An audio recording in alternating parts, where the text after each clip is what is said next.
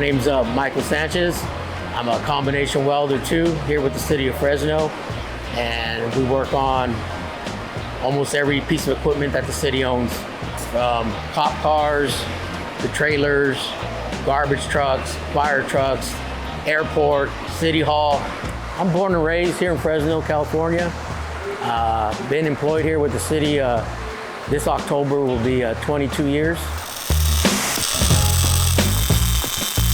When we went to middle school, and my brother was welding, making little projects. I remember my brother making a baker's rack. He gave it to my grandmother, and I believe that was like an heirloom almost for years, you know, and it was an influence of him doing that that made me want to become a welder as well.